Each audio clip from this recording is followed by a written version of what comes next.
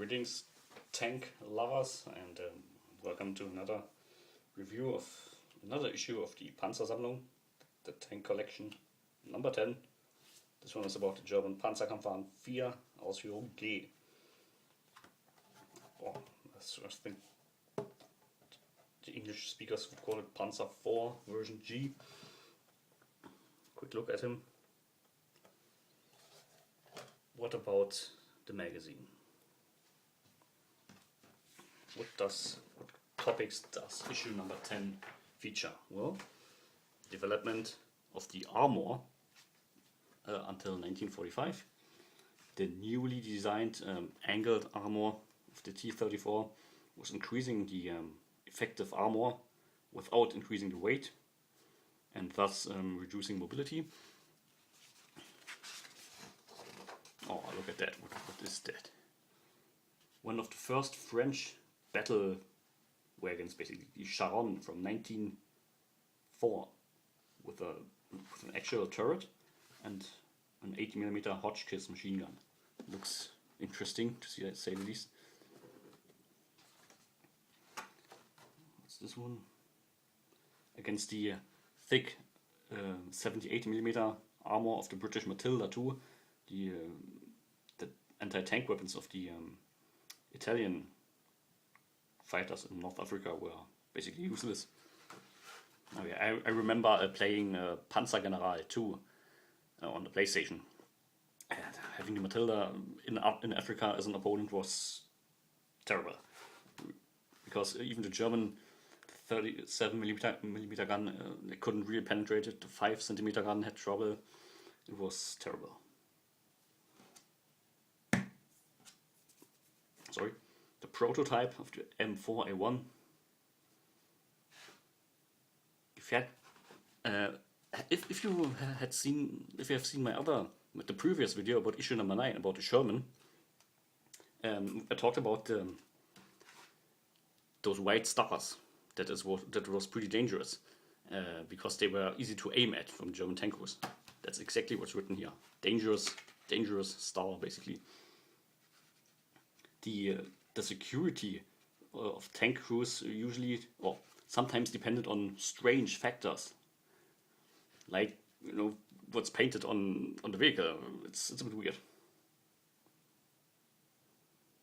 The German troops soon found out that the middle of the star was a great point to aim the gun at, and as the American crew members realized that, they used mud or whatever to cover the stars up, basically. So it's weird.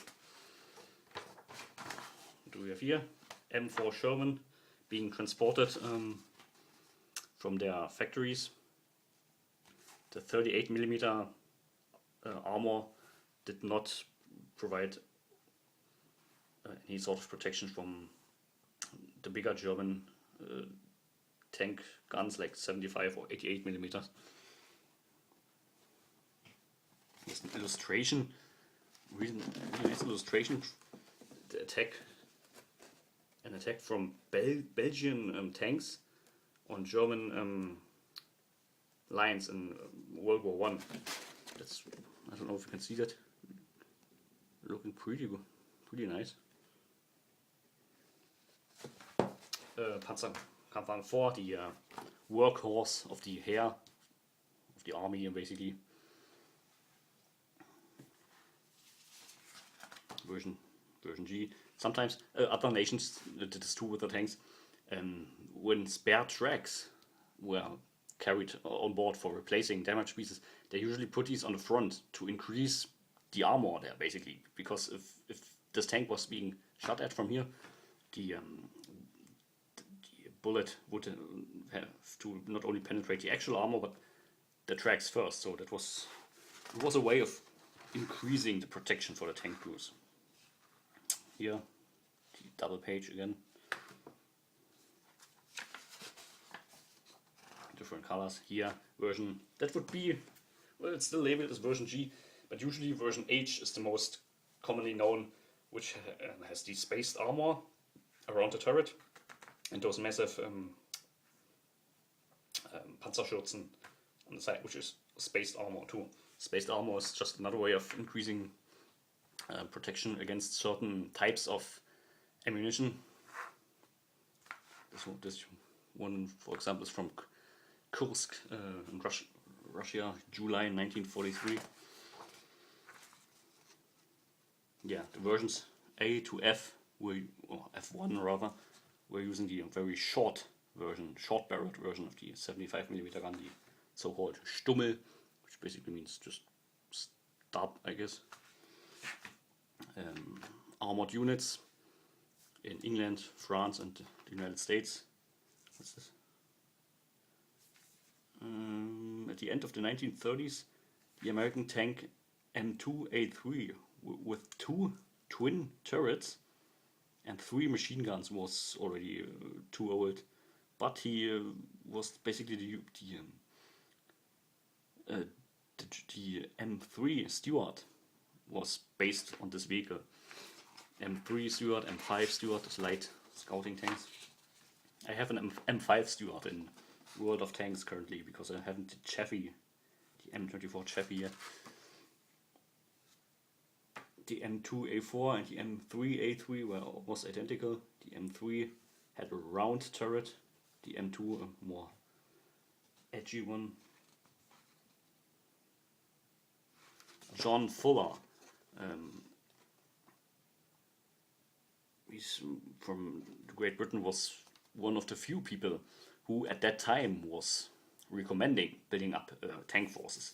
There were outside of Germany building up a tank army. Your tank forces were not considered effective or whatever. But John Fuller was one of the few British who was actually promoting that. He wrote more than 30 books and also influenced the pro tank lobby in Germany, basically. So thanks for that, John. Really nice of you. And here, picture of the miniature. Next issue would be the Israeli Merkava 3, a modern tank for a change. Now, let's have a look here at the miniature. This tank is from the 19th Panzer Division in Savonovo, USSR, 1942. Version G, 5 crew members, 23,000 kilograms.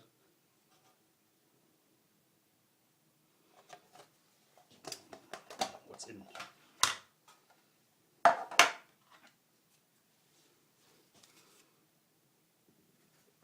So, die-cast chassis, plastic turret. The gun is a bit loose, but it does move up and down, and the turret, of course, rotates. He has the large commander's cupola.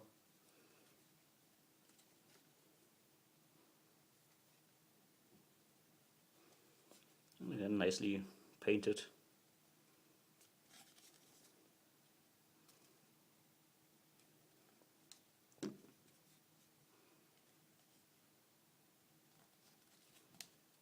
Yeah, again, not too bad. There's a little antenna. So that's it. Thanks for watching, and I hope we see us in the next issue. Until then, see you.